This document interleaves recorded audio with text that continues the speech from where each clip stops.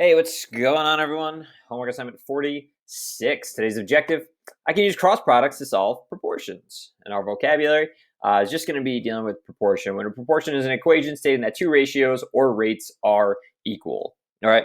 So, in a quick example of a proportion, could be something as simple as 1/2 is equal to 3/6. Okay, we're comparing two ratios, saying that they are definitely both equal to each other, and they are both equal to each other. One is half of 2, and 3 is half of 6. All right, so let's get right into solving some problems. You've seen these last year, but we'll reintroduce them to you. All right. So let's go to solving these proportions. So to solve these proportions, we're going to use a method called the cross product. Okay, so we're going to find the cross product, use the cross product in order to determine what our variables are going to be equal to. And here's what we mean by cross product. It only works when we have two ratios that are equal to each other.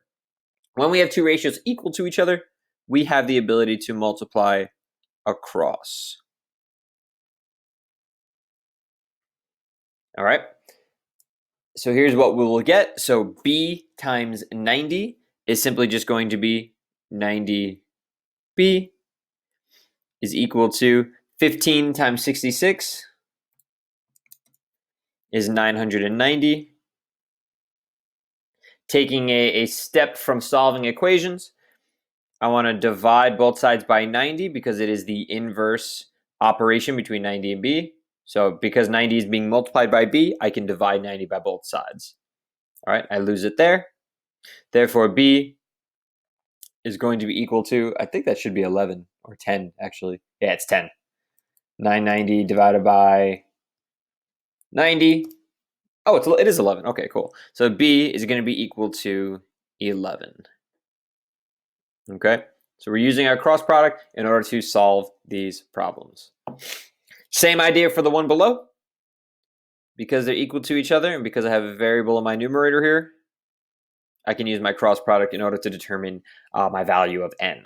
So 3.2 times 36 is 115.2, which is going to be equal to 9n. Therefore, 12.8 is going to be equal to n.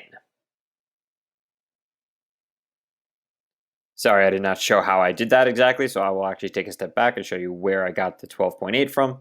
12.8 comes from the fact that I am dividing 9 by both sides.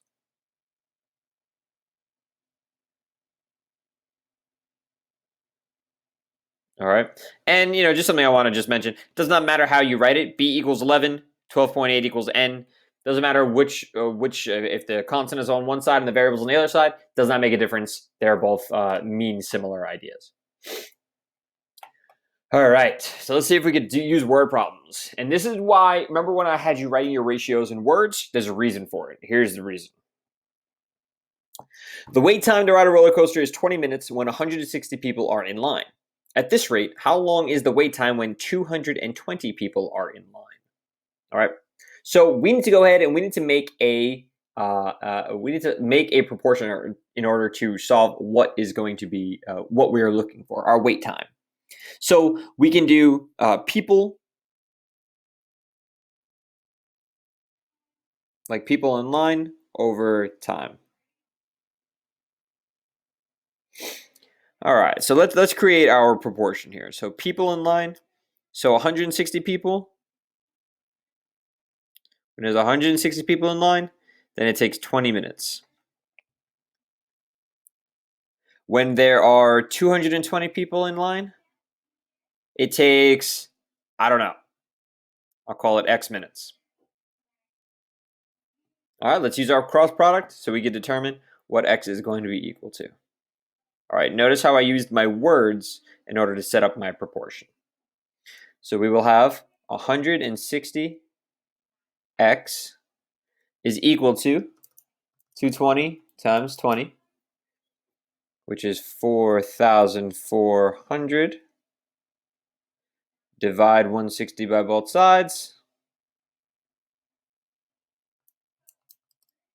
we get that x is equal to 27.5. And what does that mean? It means that, how long is the wait time when 220 people in line? It means that when there are 220 people in line, let's do it like this.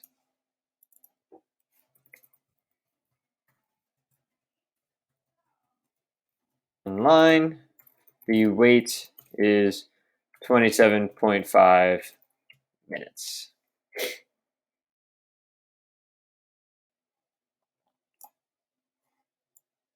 All right.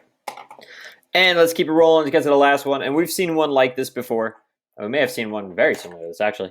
Mrs. Hidalgo paid $30 for 4 students to visit an art museum. Find the cost of 20 students. Okay, a multitude of ways that we can approach this.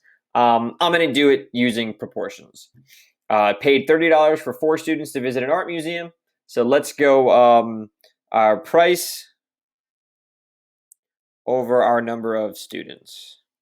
I'll call them studs for now. Short for students. So let's go ahead. So if $30 was for 4 students, then let's find the cost for 20 students. We don't know the cost, so I'm going to give it a variable x. All right, let's go ahead. Let's find that cross product.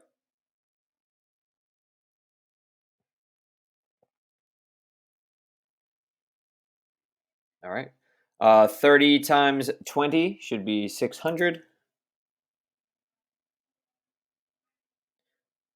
Is equal to 4x. Divide 4 by both sides.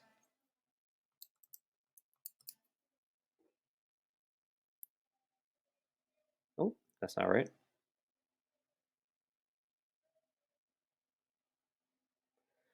150 is equal to x, meaning that the cost for 20 students is $150. And there you go. All right, that is solving problems using proportion. Remember, when it comes to word problems, make sure you answer whatever the question is asking you. Don't just give me a number is equal to a variable. And write out your fraction in words first. Write out your ratio in words first to help you out. Okay, there it is for you. Check out those practice problems. I will see you tomorrow.